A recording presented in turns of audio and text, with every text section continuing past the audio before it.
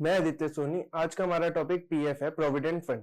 Provident fund एक voluntary investment है individuals के लिए for their financial goals. Government ने ये रिटायरमेंट सेविंग स्कीम इसलिए बनाई थी ताकि एम्प्लॉइज अपनी सेविंग्स इंश्योर कर सके पीएफ में। आइए हम इसकी एलिजिबिलिटी कैटेगरीज के बारे में जानते हैं।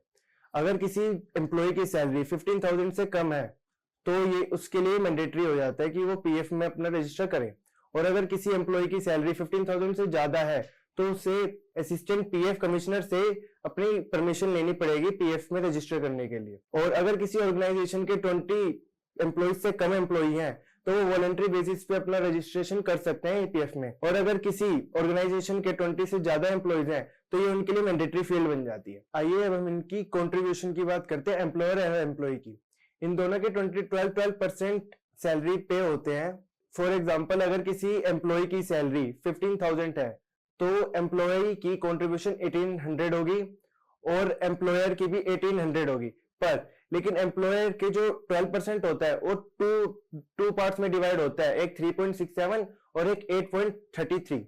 जो 8.33 का कंट्रीब्यूशन होता है एम्प्लॉयर का वो जाता है उनकी पेंशन में, और जो 3.67 होता है वो जाता है पीएफ में एम्प्लॉय की कंट्रीब्यूशन के साथ।